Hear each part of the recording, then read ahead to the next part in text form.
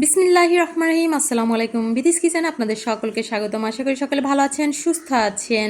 বেলাবেলি ছাড়া আজ একটি মোমোর খুব সুন্দর একটি রেসিপি আপনাদেরকে তৈরি করে দেখাবো। সাবুদানা দিয়ে তৈরি চিকেন ভেজিটেবল মোমো। কোনো বেলাবেলির ঝামেলা ছাড়াই এটা খুব সহজভাবে তৈরি করে নেওয়া যায় এবং খেতেও খুব টেস্টি। আমি কিভাবে তৈরি করেছি এই পুরটা ভেঙে আমি আপনাদেরকে দেখিয়ে দিচ্ছি। এই দেখুন, ভিতরে পুরটা ঠিক এভাবে থাকবে। চলুন শুরু করে দেখিয়ে দিচ্ছি।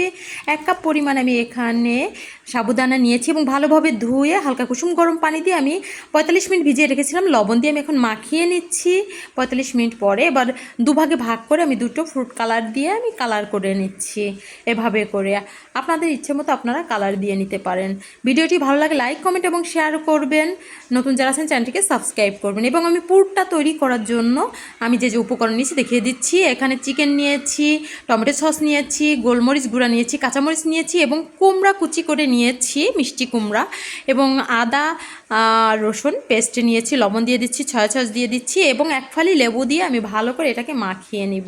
আপনারা পেঁপে দিতে পারেন, গাজর দিতে পারেন, এভাবে করে মাখিয়ে নিতে পারেন। এভাবে করেও আপনার পুরটা তৈরি করতে পারেন, কিন্তু আমি একটু হালকা হাফ বয়েল করে নেব। আমি এখানে 1 চামচ পরিমাণে ঘি দিয়ে আমি এটাকে একটু হালকা করে ভেজে নিচ্ছি, মাখিয়ে বলা যায়।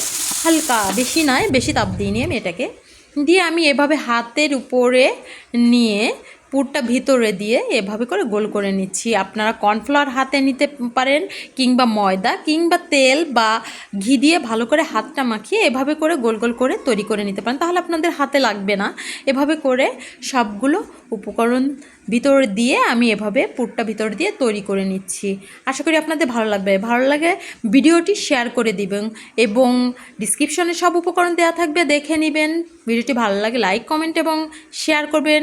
ভালো লাগলে কমেন্ট করে জানাবেন খাওয়ার পরে এটা কতটা টেস্টি। তৈরি করে খেয়ে দেখবেন। চলুন আমি এভাবে করে আমি আপনাদেরকে প্রতিটা আমি দেখিয়ে দিচ্ছি কিভাবে আমি তৈরি করেছি। দেখুন, এই যে রসগোল্লার মতো গোল গোল করে আমি তৈরি করে নিয়েছি। এবার রাইস কুকারে একটি যার যে উপরে অংশ জালিটা থাকে ওটা নিয়েছি এবং একটা পেপার নিয়ে আমি অয়েল ব্রাশ করে নিয়ে এক এক করে সবগুলো দিয়ে দিচ্ছি। এবং আগে থেকে আমি পানি আমি এখানে দিয়ে রেখেছিলাম, ফুটিয়ে উঠেছে এবং আমি 20 মিনিট এটাকে বয়েল করে নিয়েছি এবং নামিয়ে আপনাদেরকে দেখিয়ে দিচ্ছি। এই দেখুন কতটা সুন্দর হয়েছে। ভালো লাগলে শেয়ার করে দিবেন। এই দেখুন, এটা এভাবে আমি সসটা তৈরি করেছি, দেখাতে পারলাম না কারণ কারেন্ট ছিল না।